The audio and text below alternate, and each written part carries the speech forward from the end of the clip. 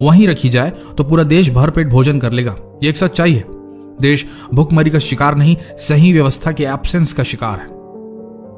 21 million ton गेहूं waste होता है देश में, लेकिन किसी गरीब को नसीब नहीं होता।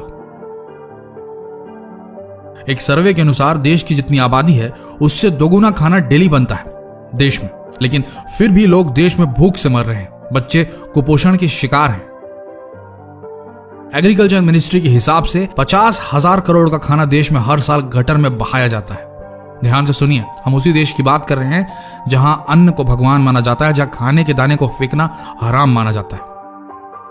एक ऑर्गेनाइजेशन जिसका नाम भूख है, उसके सर्वे के मुताबिक 20 करोड़ भारतीय रोजाना बिना भोजन के सोते हैं। 70 लाख बच्चे कुपोषण और भुखमरी से हर साल मर जाते हैं।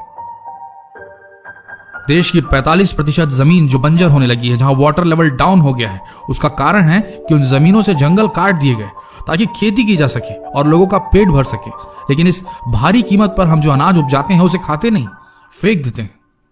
सोचिए कितना नुकसान हो रहा है आपके खाने को वेस्ट करने की आदत से। 300 मिलियन लीटर तेल हम रोज जलाते हैं उस खाने को पकाने के लिए जो नालियों में बहा दिया जाता है। अगर इंसान है तो प्लीज राशन का सामान उतना ही खरीदें जितनी जरूरत हो। ऑफर्स के चक्कर में ज्यादा कभी न लें, क्योंकि वह कूड़ेदान में ही जाएगा। 20% सामान हम भारतीय जो खाने के लिए खरीदते हैं वो फेंक देते हैं। स्टैटिस्टिक्स को ध्यान में रखें, दिमाग में रखें। बाजार से सब्जियां लेकर आते वक्त ध्यान दें कि घर में कितनी इस्तेमाल होगी और कितनी वेस्ट होगी। हरी साग भाजियों को पहले बनाकर खत्म करें, अन्यथा फेंकने में जाएगी। दिन का खाना बच गया है तो उसे रात में ही फ्रिज से निकालकर इस्तेमाल कर लें। दूसरे दिन का प्लान करेंगे तो खराब हो सकता है। रात में बचे तो उससे ब्रेकफास्ट कर लें।